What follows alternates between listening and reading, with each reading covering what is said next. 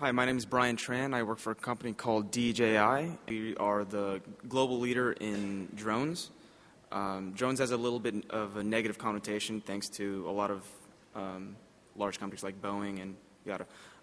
But they are unmanned aerial vehicles or unmanned aerial systems. And a little bit about the company. The company is, I can't do math, 9 years old. We started in 2006 with just about 20 employees, and in 2015 now we have over 3,500, 9 offices all over the world. China in Shenzhen is actually our headquarters, and I'm from the Los Angeles office. So we have a few different product lines that are geared towards quite a few different people. One of them includes the consumer products, professional and commercial, and our latest one that we're very proud of is developers. Consumer products include like the Phantom line. Many of you might have seen a little white drone flying at a beach or at a park. They're immensely popular. I would say that it is the most popular drone in the world right now. The professional applications typically are used on large movies like you saw in the video. The Last Ship I believe it's a Fox or an NBC show. Or it might be a movie. We have a lot of projects going on around the world, so it's hard to keep track. And then developers. The developers has an open SDK, and I'll get towards that in a different slide. But the DJI Phantom, a little bit about that. The original Phantom launched in 2013, just makes it just over 2 years old. This one is our latest one. It's the Phantom 3 Advanced, the one with the Phantom 3 Professional, excuse me. And has about 23 minutes of flight time. Depending on which model that you purchase or which model someone buys, you get a 1080p camera or a 2.7K or a 4K video recording, 12 megapixel camera which can shoot RAW directly to a little micro SD card, and has a 720p live view to a smartphone or a tablet. So there's no more need to bring out like a large TV or a monitor and a way to power that. And also, if you have a phone, you could actually stream straight to YouTube if you have an internet connection, which is pretty cool.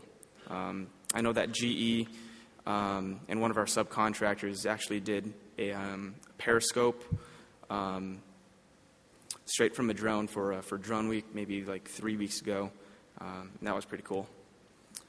Our next one, this is a more commercial one, the DJI Inspire. It's about 20-25 minutes of flight time. The drone and the camera move independently of each other, so that means that one person that needs to inspect something or record a specific shot for a movie or whatever it may be, it could be controlled by 2 different operators, one for the drone and one for the camera, which makes for a very seamless and safe way of drone operation. This one also has a 12 megapixel camera, also shoots RAW, same with the 720p, live streaming, and live streaming.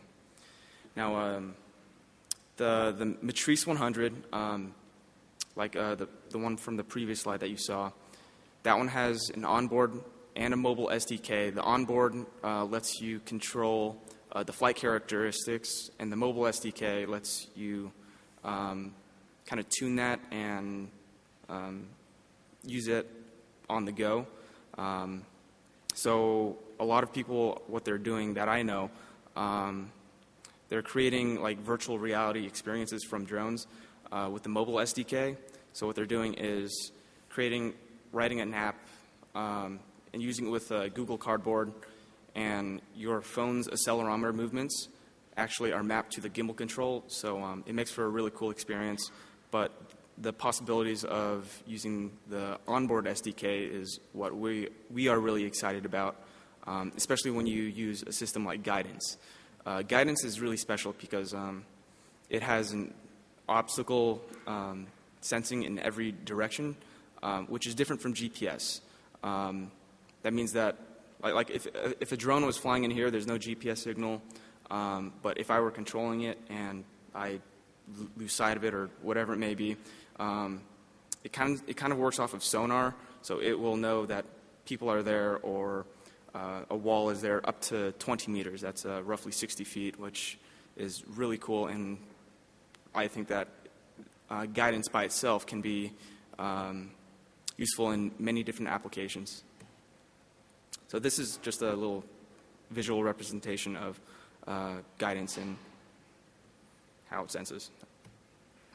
The software development kit has also been used to 3D map buildings with the onboard. So our friends over at Pix4D actually made an app so you can fly in a grid pattern, and if you run out of battery, the drone is smart enough to pick up where it come back home and then pick up where it left off to continue that grid pattern up until your map is finished. And then with their software, you can create a 3D space, which is really cool. The applications of this are, honestly, I think very endless.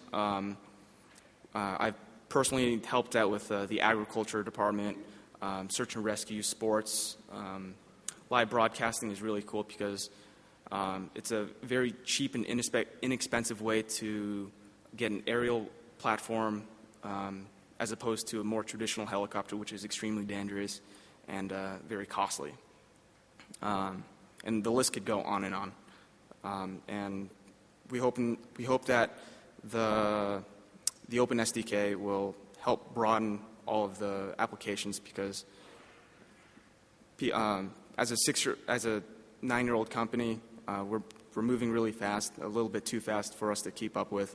But with the Open SDK, we hope that a lot of developers, a lot of new users that are probably smarter than me, can use it and to help grow their industry or whatever they need it to do. Here's some aerial images of just the creative uses. We have a lot of friends that fly over water, great stunning images, and great landscapes, as you see here.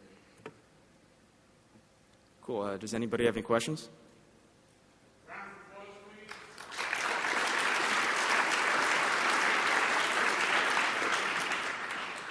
So hold on one second.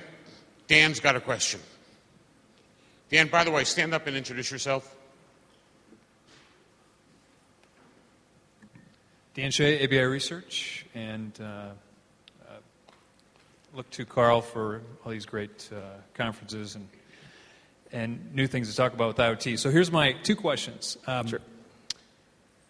One is there a management platform associated with this? If you got all of these drones out there, there's got to be some way to manage them and the software associated with those drones. Are you talking in regards to like no-fly zones or? Whatever you want to put into that sort of capability, but someone where they can centrally see what drones are out there, update those drones with software or whatever it might be, do any sort of other sort of vertical specific application updates that you like to do. So is that part of what you guys offer? Yeah.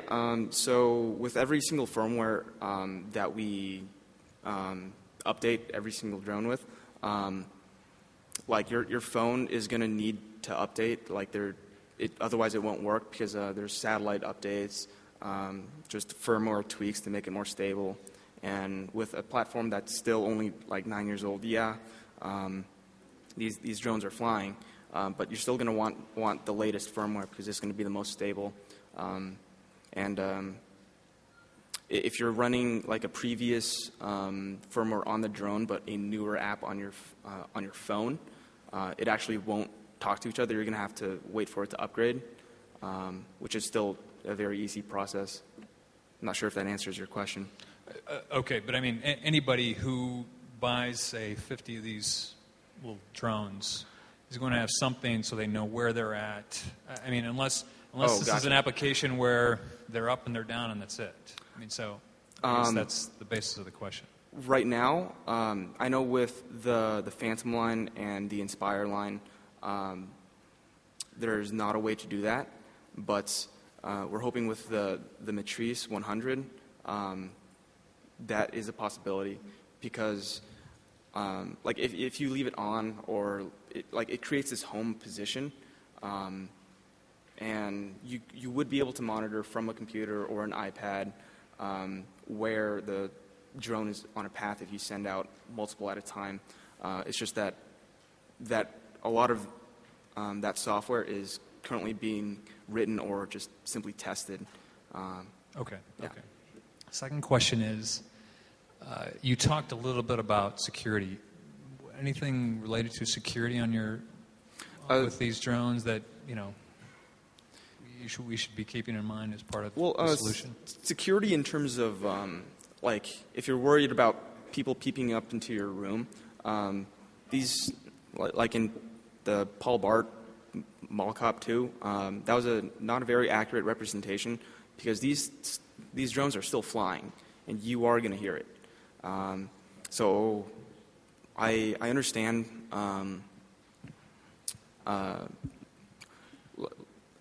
like if you're concerned about like personal privacy in that regard, like if people want to spy on you, they are going to spy on you.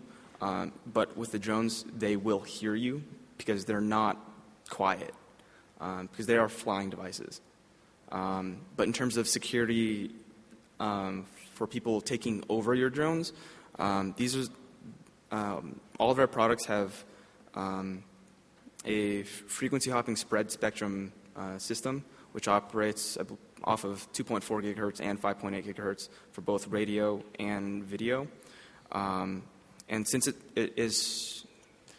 since it one hops channels, and I don't know what kind of encryption it is, but you can't have a simple 2.4 receiver or another transmitter to take control of the aircraft. And I've personally been around, I think, 20 to 25 in the air at once without having any issues of me seeing my own video or me controlling someone else's. I've never had any issues like that. Okay, and the last question's here. Yes, could you please elaborate regarding the type of communication between the controller and the drone? I mean, how do you communicate with the device? It communicates off of radio signals, but the actual, like, we have a system called Lightbridge, the DJI Lightbridge, which kind of compresses both the video feed, the HDMI video feed from the camera, and the radio signal. But how that works is beyond I'm just a marketing guy. I'm not an engineer. But it uses a system that we created, that as far as I know, nobody else has come close to our technology. It's called DJI Lightbridge. The radio itself, are you using cellular or using Wi-Fi? Do you know that? So it uses 2.4 gigahertz. Unlicensed. Yeah, Okay. unlicensed FCC. Got it. For those of us who are radio frequency junkies, we got it. I mean, you said 2.4. Oh, yeah, okay. Yeah. Excellent. Give him a round of applause, please.